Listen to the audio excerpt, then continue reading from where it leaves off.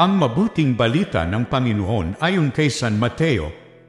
Doong sandaling iyon, dumapit kay Jesus ang mga alagad at nagtanong, sino po ang pinakadakila sa kaharian ng langit? Tinawag ni Jesus ang isang bata, pinatayo sa harapan nila, at sinabi, tandaan ninyo ito. Kapag hindi kayo nagbago at tumulad sa mga bata, hinding-hindi kayo mabibilang sa mga pinaghaharian ng Diyos. Ang sinumang nagpapakababa na gaya ng batang ito ay siyang pinakadakila sa mga pinaghaharian ng Diyos. Ang sinumang tumatanggap sa isang batang ganito dahil sa akin ay ako ang tinatanggap. Ingatan ninyo na huwag hamakin ang isa sa maliliit na ito. Sinasabi ko sa inyo, sa langit, ang kanilang mga anghel ay laging nasa harapan ng aking Ama. Ang mabuting balita ng Panginoon. Pinupuri ka namin, Panginoong Hesukristo. Unang pagbasa. Pagbasa mula sa aklat ni Propeta Zacarias. Sinabi sa akin ng Panginoon, ganito ang sabihin mo. Sabik na akong ipadama sa Jerusalem ang aking pagmamahal at ang puot ko'y nag-aalab laban sa mga dumuhagi sa kanya. Babalik ako sa Jerusalem at maninirahan uli roon. Ito'y tatawaging lungsod ng katotohanan at ang bundok na itinalaga sa akin ay tatawaging banal na bundok. Hahaba ang buhay ng mga taga-Jerusalem. Marami na uling makikitang matatandang babae at lalaking nakatungkod na naglalakad sa mga plaza at lansangan. Ang mga lansangan ay mapupuno ng magbatang naglalaro.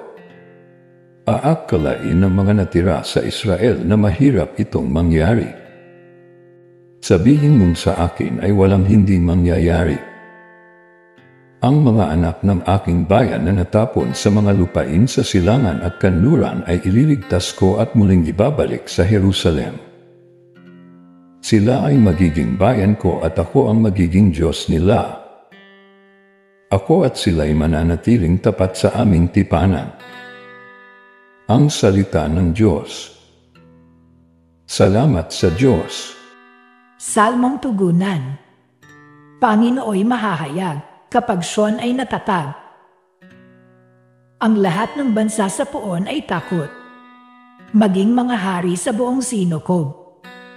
Kung iyong itayong pamuli ang Siyon, ika'y mahahayag doon, Panginoon.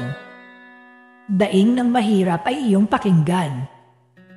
Di mo tatanggihan ang kanilang daing. Panginooy mahahayag kapag Siyon ay natatag. Ito'y matititik upang matunghayan ng sunod na lahing di pa dumaratal. Ikaw nga, o poon, ay papupurihan. Mula sa itaas, luklukan mong banal. Ang lahat sa lupa'y iyong minamasdan. Iyong dinirinig ang pagtataguyan ng mga bilanggong ang hatol ay bitay upang palayain sa hirap na taglay. Panginooy mahahayag kapag Siyon ay natatag. At ang mga anak ng iyong mga lingkod, mamumuhay namang panatag ang loob. Magiging matatag ang kanilang angkan. Sa pag-iingat mo, sila ay tatagal. Ano pat ang iyong ngalay mahahayag. Sa Siyon, o poon, ika'y ibabansag. Pag ang mga bansa ay nagsasama-sama sa banal na lungsod upang magsisamba. Panginooy mahahayag.